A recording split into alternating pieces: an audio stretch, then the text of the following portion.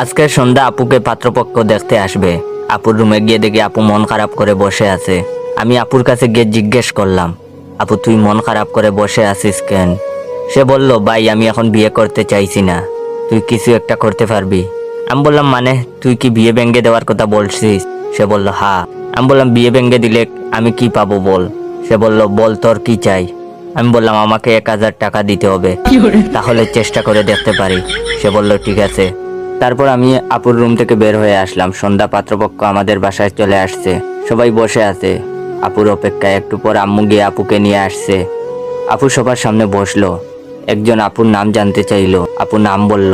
দেখলাম আপুর বয়সী একটা মেয়েও আসছে। মেয়েটা আপুকে জিজ্ঞেস করলো, আপনার সব থেকে পছন্দের জিনিস কি? আমি আপুর আগে বললাম, ময়ে ময়ে।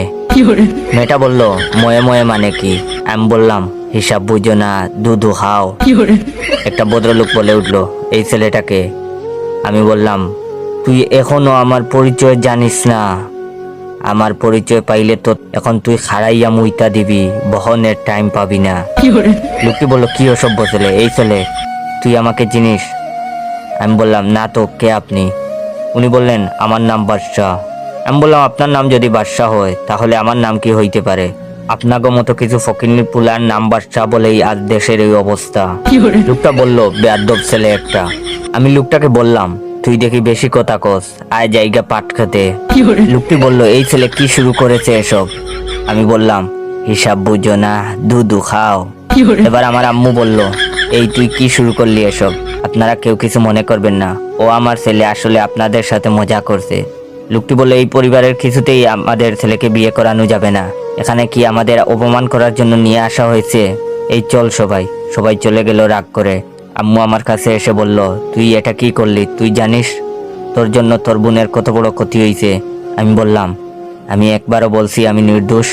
আম্মু বললেন, তুই এত বড় একটা কাজ করে এখনো এক কথা বলছিস? আমি বললাম, আমি নির্দোষ দাবি করছি না।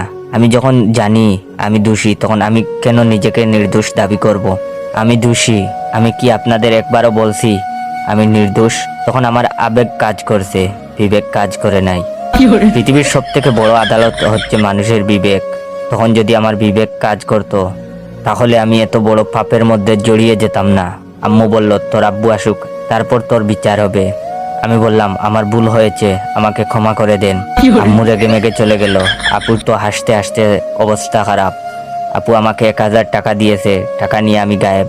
পরে যা হবার হবে, বিয়ে ভেঙে দেওয়ায় 1000 টাকা তো পেয়ে গেছি। ইয়াহু।